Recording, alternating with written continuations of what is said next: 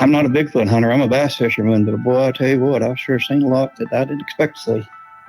I mean, you can't take images out of your head that you've seen. It's like I told my family. I'll take them to my grave. They're not going to go away. That one I seen as a kid, 100%, yeah, was my first experience. I was like, wow, I was in total awe after I got over being scared. For all the stuff that's happened this year, though, there's something unique going on. Is it going to stop me from fishing next year? If the good Lord willing, I'm still here, I'll be fishing. And I'll just keep my wits about me, and I may try to take a picture or two. And you think about it, it's cool. I mean, to have these interactions with anything, it's cool. For a creature that people say don't exist, yeah, they're there. Just look around. Just look around.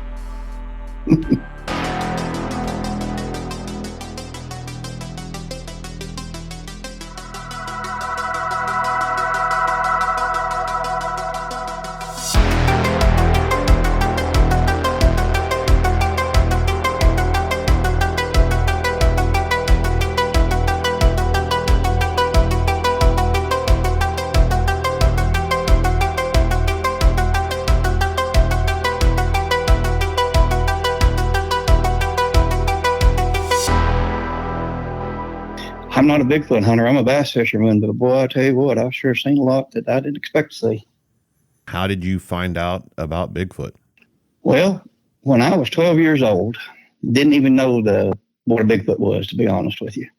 And, I grew up on a farm in eastern Oklahoma, and my grandma raised watermelon and cantaloupes and had every kind of critter that there was, or every kind of farm animal that there was. And, I helped do all of that when I was a kid. And Grandpa had been over disking the fields early April to get the rows ready to plant. And I was going to go over and I was going to use what we call a har to level the rows that afternoon. And he come in for lunch and he told me, he said, something big and hairy walked across the field in front of me. And he goes, I don't know what it was, but there's footprints over. And he said, when we go back, I want you to look at them. And Grandpa was a mountain man. I think I told you this. He was 6'11", weighed 385, had an 18 Triple E shoe. He was huge. And wasn't scared of anything. And so after lunch, he took off on his tractor and I took off on mine. Away we went. And we got over to the field and he showed me the prints. And he couldn't match the strides across the field. And the field was 3/4 of a mile wide and then mile-long rows. And he couldn't match the strides. And when he put his foot down inside of these prints, you couldn't even see any toes or anything like this. It was fresh disc ground, but you could see, through there. And they were huge compared to his foot. And they walked all the way across this field. And I talked to him about it. And, I told him, I said, was it a bear? And he goes, well, it is the biggest dang bear I've ever seen. But he said it walked on two legs. He said it, and, you could tell by the tracks it was. And heck, I was 12 and, I was trying to match the stride and heck, I couldn't even jump to get close. So that's my first experience with whatever this thing was, it knew it was something. And you guys never heard anybody else talking about seeing anything like that around that area? No. So it wasn't a couple of days later and we were still working the fields, getting ready to plant. We were at lunchtime, my grandma and my aunt and my mom took off to go into town to get more food. And so my uncle laid down, after lunch, my uncle laid down on the couch. My grandpa got in his recliner and I laid down on the floor and we was going to take about an hour nap before we went back to the field. And, I love sweet tea. So I jumped up to walk out on the front porch and go to the bathroom. And this thing, I'm a 12-year-old kid watching this thing. Walks up. My grandpa had a bluff, what I call a rock bluff, that was north of his property. And it was probably a 1/4 mile long and it went up into the woods. And this thing walked up on this bluff. And I'm sitting there, doing my business. And I look up and see this thing coming and it's like, what the heck is this? And I'm shaking in my shoes. If I hadn't been doing what I was doing, I'd have done it anyway. And it walked up on the bluff and it looked at me. And I'm thinking, this thing is twice the size of my grandfather. So it looks over at me, and it just like this huff grunt. It goes, oh, and it just turns and nonchalantly just walks up the bluff and disappears into the woods. Well, the first thing I did, I was shaking like a leaf, and I stuck my head at the door to make sure my grandpa and my uncle wasn't playing a trick on me, and they're sound asleep on the couch. And so that was my first experience with, I'm sure it was a Bigfoot. I didn't know what one was. I'd never heard of one. I'd never seen the legends or the movies or any of that stuff. But looking back, what I have seen to this day, yeah, that's what it did. No doubt in my mind. What color was the one that you saw? It was a blackish brown. Pretty dark in color. Yeah, and long hair. I didn't ever get a smell of it, but it was just, to me, it looked a cross between a giant human and a giant monkey ape. Be my best description. Yeah. Was it bigger than your grandfather? Oh, yes. Yeah. Probably 2 foot wider at the shoulders, maybe 3, and probably 4 foot taller than my grandpa. Wow. Yeah. I mean, it scared me to death. It really, I was shaking in my shoes. And, I didn't tell anybody about it. I was just like, it's, I grew up in Oklahoma, like I was sharing with you before. I know every creature and every wildlife that's in this state. The wildlife department tell you black panthers don't exist. I've seen them everywhere. Mountain lions, bobcats, lynx, deer, turkey. I've hunted it all, seen it all. Yeah, there's no way this was any of that. Yeah.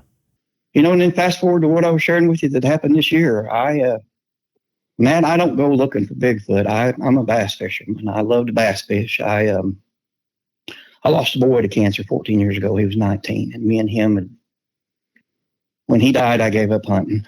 But all I want to do now is fish, because I can trick an old bass into hitting an artificial lure and let it go.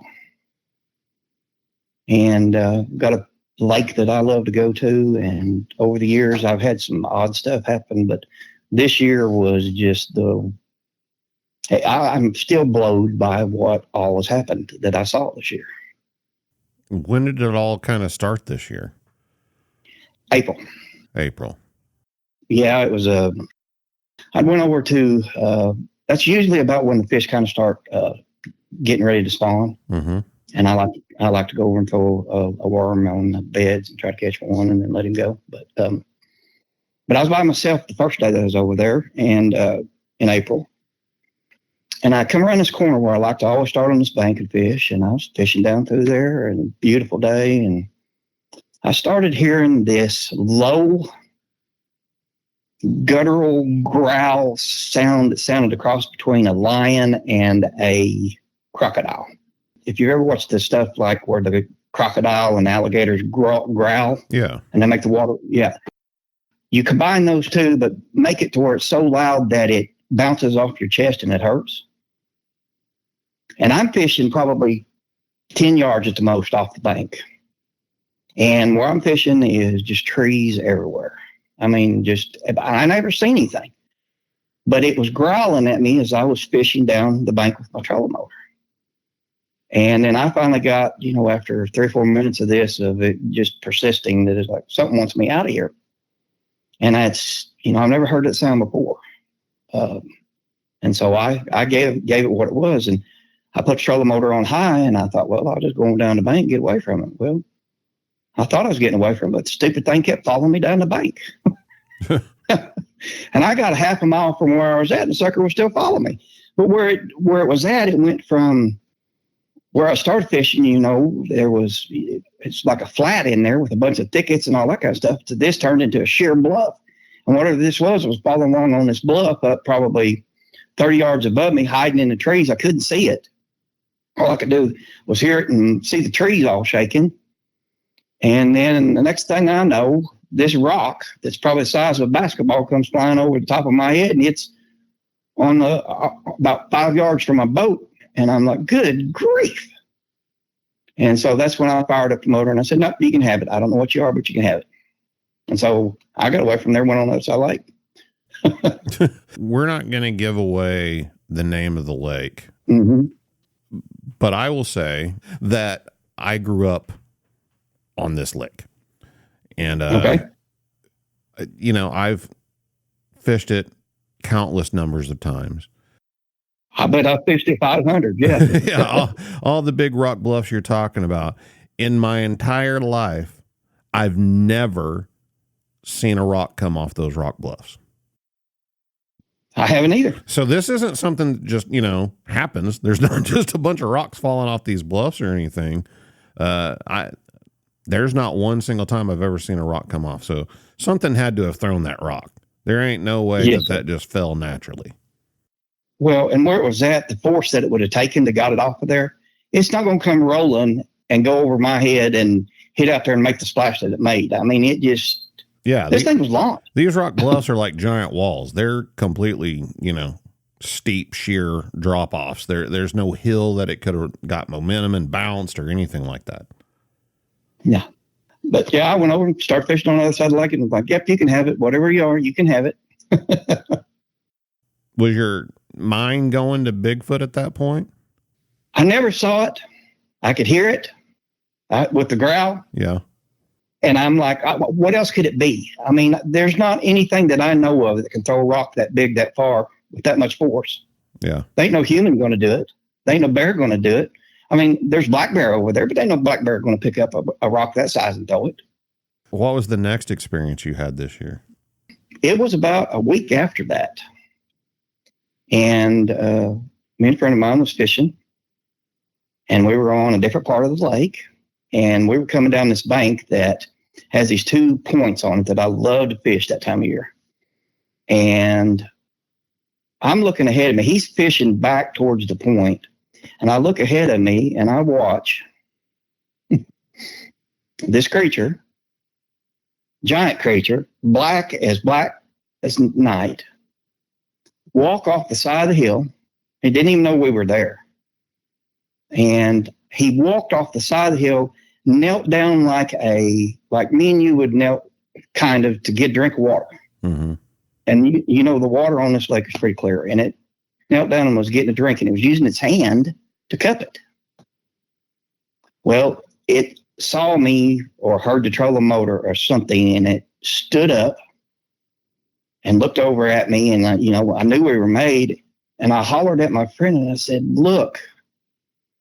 And by the time that happened, this thing had taken 2 steps and was back up the side of the hill.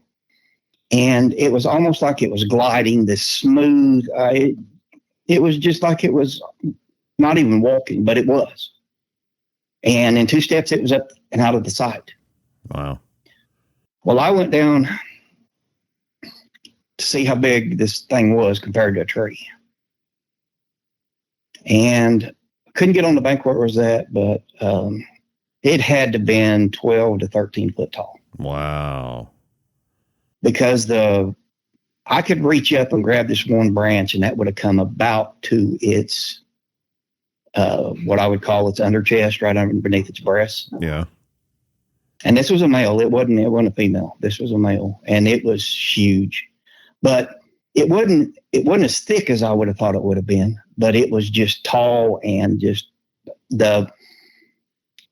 when you watched it walk, its legs, you could see the muscles flexing in its thighs and its calves, but it was only for just, like I said, 2 steps, but it was the most fluid thing I ever, and that's really the best look at that I ever got. The one I saw as a kid was the same thing, I know, beyond a shadow of a doubt, but watch this thing move and walk was amazing, and how fast it was. What would you say the size comparison between the two were? Were they around the same size? No, this one was bigger than the one that I saw as a kid. Okay. It was probably a couple of foot taller, I would guess, but it wasn't as muscly. And whenever it was walking, I don't know if this is something you'd even notice or not, but was it looking at the ground when it walked, or was it looking at you, or what was it doing? No, it turned around and was looking and going up the side of the bank where it come down. And it wasn't a sheer bluff where this was at. It's pretty steep, but he turned around and was headed back into the woods as fast as he could get there to get away from me. And I'm less than 50, 60 yards from this thing. So I got a great look at it. Yeah. And this is early morning or daytime? What about time of day? Oh, it was probably 2:00 in the afternoon. in April, about a week or so, or 2 weeks after that other experience. What'd your buddy say? He didn't ever see it, but he knew that I wasn't pulling his leg. I'll just put it that way. Yeah. Because we've had conversations, and I'll tell you more about that later on. But he's a believer now, 100% a believer after what happened in November. But and I mean, obviously, with that size, I mean, I'm just clarifying these points for the listeners. That size, walking upright like that, and everything, scooping water up with its hand, clearly not a black bear. Clearly not a black bear. I've seen black bear over there. They're 4 or 5 foot tall. Yeah. This is not a black bear. This is not a black bear. And the 2 that we saw in November, they're not black bear. Was that the next incident that happened, the one in November? No, there was some stuff that went on through the summer over there. I mean, we were over there on a day where there was no wind blowing whatsoever, and this giant tree come crashing down up on the hill. We watched it fall. I mean, you heard the crack and the boom and watched it fall, no wind whatsoever. And it's like, yes, I understand trees fall in the wood, but on a tree that big on a day like today with no wind, I mean, it made you could heard it all over the lake. That's how loud it was. And how far away from you was it? Probably 200 yards. So pretty close. Mm-hmm. Mm-hmm. Good chance that if something did push that tree over, it was doing it for the benefit of letting you know it was there. Correct. And, I've shared with you too, there's been just so much weird stuff happen over there. The creek being dammed up. Yeah. Where you can't take a boat up through there anymore or a kayak down through there. Now, I don't know if it still is. This was back late July, August that they tried to go up in there and fish, and they couldn't go because something had moved rocks. They said that was half as big as Volkswagens and blocked this creek all the way across there to where you can't get up through there anymore. And nobody's been kayaking and stuff. And I thought it was just really weird that happened. He told me, he said they used to go up there and fish all of the time. And he said, you can't even get past it. He said, you'd have to carry a kayak 20 yards just to be able to get around it. And this was an area that was pretty popular for kayakers and canoers and everything else. And yes, sir. They're typically at this lake, if something's going on, word of it spreads pretty quickly. Mm-hmm. And there was no notice or anything that the GRDA or whoever isn't going to come in and set up the rocks or anything to block kayakers. And these are like huge boulders that we're talking about. Right. And number one, the GRDA ain't going to have the equipment to move it up in there where this is at. Yeah. And I mean, there's no way to even get in there where it's at. No, there's no access roads or anything there. Right. Yeah. I don't even know how it would be possible for people to do it. And it would definitely be an undertaking that somebody would notice it going on or something. Yes. Do you think they were just trying to keep people out of that area for some reason? Matt, I really do. I think that's what's going on. I think that there is, because I know of 3 that I have seen, different ones this year. Mm-hmm. And I think maybe a clan or a family or something has come in there that is aggressive or don't want people in there, or, there's just too much stuff that's just, it doesn't make sense, but it makes total sense to me. And like I said, I'm a bass fisherman. But I also know where Bigfoot is, and I've seen them now, and 100% in my mind, these creatures are there. They're smart. Oh my gosh, are they smart? I was sharing with you that one morning when we went over there, we was going to go do some topwater fishing, and got the spot that I really love to go to. And we pulled up there as the sun's coming up, and the water was filthy, filthy mud. Like something had been in there hurting fish or moving fish, because you could see where up onto the bank, there was still water everywhere all over the bank where they had pushed something. but the water was just a soup. Well, there's nothing going to, 3 or 4 deer running around is not going to, in the water, going to muddy it up like that. And when I say muddy as soup, the water looked like chocolate milk, and a big area of it. But the weird part of it was how the bank was in this area that's 2 to 3 foot deep in water. How the bank was there was water everywhere and moss and grass, and where something had done something. Something that moved a lot of water up onto the bank. That is correct. A lot of water.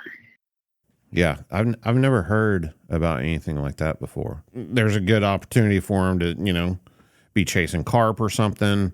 I think that's what they were doing, because we had been seeing a lot of carp back there, and I think they were pushing carp. Somehow they'd made some way or they know how to push carp up onto the bank, and they take them wherever they live. And yeah, that's what I think.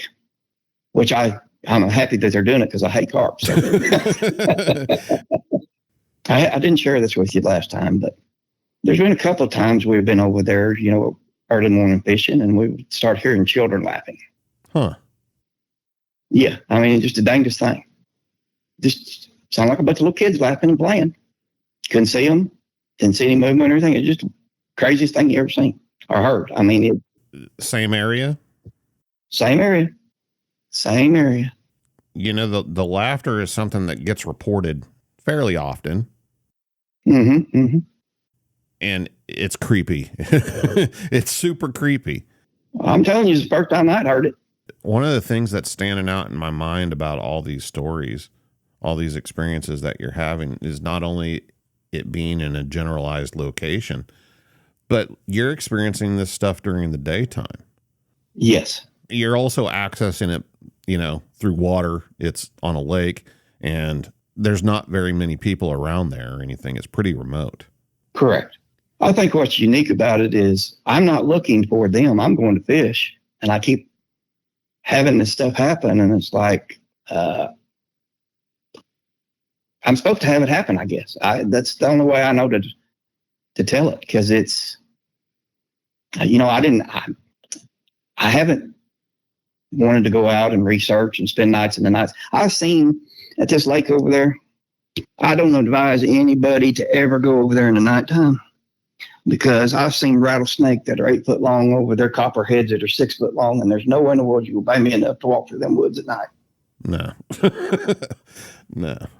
I've got a young friend of mine that was my son's one of his friends, and he showed me the picture of the rattlesnake he was walking his deer stand, and he's like, well, that bog wasn't there yesterday, and he turned on his headlamp and it killed an 8 foot rattler that's big around as my forearms. I mean, it's a huge snake. He's like, yeah. I asked him, I said, why are you brave enough to even walk through there to go there? He goes, I like to deer hunt. And I said, not that bad for me. Yeah. But, you asked me about November. Me and my friend that I fish a lot with, we went over there and we had probably the best day of fishing I've had in years. We were throwing the right lure, catching the snot out of fish. And he tells me, he says, we're being watched, don't you? And I go, no. And he goes, look back there by that laydown that's fallen over. And so this is probably 200 yards from where we're fishing. And on both sides of this giant uprooted laydown that the wind had blown over, there was one that was a real light brown, and there was one that was like a reddish brown on each side of it. And they were, watching us, and you could see them. They'd jump up on top of it. They'd go around and look to the other side. They didn't kind of just stay there. And we watched them for, 10, 15 minutes back there. And I said, are you a believer now? And he goes, you got me convinced. But he was also telling me that, there's a lot of deer hunter over there in that area. And, I had shared with you that I watched two. At first, I thought they were bear fighting, and then I realized they were way too big to be bear. Probably 100 yards from where that location was. And these things were fighting to the death. I mean, it was the noise that was coming out of back there was, it wasn't playful sport. They were fighting to the death. These two creatures. And I was over fishing like I always do. And I'm fishing along there. I start hearing this ruckus. I mean, this noise coming out of the back there. And it's like, what the heck is going on? It sounded like, I don't know. It sounded like two lions and two tigers fighting each other. And so I look back there. There's a bunch of what I call cattails and reeds back there that are 8 or 9 foot tall too, that leads into this slough. And these things were getting it. I'm just telling you. And I watched them. I guarantee you 15 minutes before they disappeared into the back to where I couldn't see them. You could still hear what was going on. And, I'm like, okay, I know exactly what they were. That friend of mine had been over there fishing because he owns a boat too. And he went over there and he was getting ready to launch. And these hunters come in and they were talking to him and they said, "You ever see any bear over here?" And my friend goes, "Yeah." And he goes, "Buddy of mine said he saw 2 of them fighting the other day." And they go, "Well, we were watching 2 fight the other day too." And he said, "But they run us out of the woods." And he's like, "Are you sure they were bear?" "Well, we're going to call them bear." And he asked him, he said, "How big were they?" And he said, the one old boy told him, he said, "I grizzly hunt up in the Northwest." And he said, "These were bigger than grizzlies." And he goes, "I know we don't have those here." But he said, "We let them have the woods." And that was, this all was in a 2-week window in November when hunting season was going on. Just this past November. November the 16th. I'll give you the date. Was the day that we had them 2 that we were watching that were on that falling down thing. And then probably it wasn't 2 or 3 days after that them hunters got run out of back there. And then it wasn't 2 or 3 days before that, because the fishing was incredible at that lake this fall. I mean, I caught more 5-pound bass than I've ever caught in my life. But, all of this was going on too. And I'll put it this way. There's no way in the world you'd pay me to get on the bank and go back there where all that's going on. I stay on the water and stay far enough away where I can fire my motor up and get the heck out of Dodge. There's only a couple reasons, things like that would be fighting. And correct. That time of year, I wonder if there's, I kind of agree with you. It sounds like there's a group of them back there or something, and maybe another group has imposed for whatever reason, and they're trying to figure out their resources and territory. I did find a cave over there that I had never seen before on when we were over there the last time, because some of the brush has died down pretty good. And there's a cave over there on one of those cliffs. And I promise you, it would sustain a family of them. That's how big it is. Huh. But you would have to be something that big and large to be able to get to it, because it's on a sheer bluff wall. I mean, no human's going to get to it. Now, have you heard stories from anybody else in that area? I have. I got a cousin that I was talking to about. He lives over in that area. Been over there for several years, and he told me they've been dealing with them for 20 years over there, tearing down game cameras and tree stands, and just, he said the deer population has diminished to minimal to what it used to be. And I got to thinking about that too. I mean, and I was sharing with you, you can go over and see all the hogs that you want to see. There's pigs everywhere. And used to, you'd go over and there would be deer. You could see deer. You didn't even have to look for them because there'd be deer everywhere. You have to look really, really hard to find a deer over there. Huh. I mean, really, really hard to see deer. But you can see all the hogs you want to see. We've seen herds of hogs over there. I know it's got 500 in them. Wow. I mean, that might be a good food source for them in the area. Well, that's what I'm thinking. They got water, they got pigs, they got fish. There's every kind of berry that you can imagine in eastern Oklahoma. I mean, they have every source that they need, and it's very, it's unpopulated. So, I mean, it's a perfect setup for them. I mean, a perfect setup. If that's their habitat, and that's what they do. There's a lot of reservation land in the area as well. Yes, sir.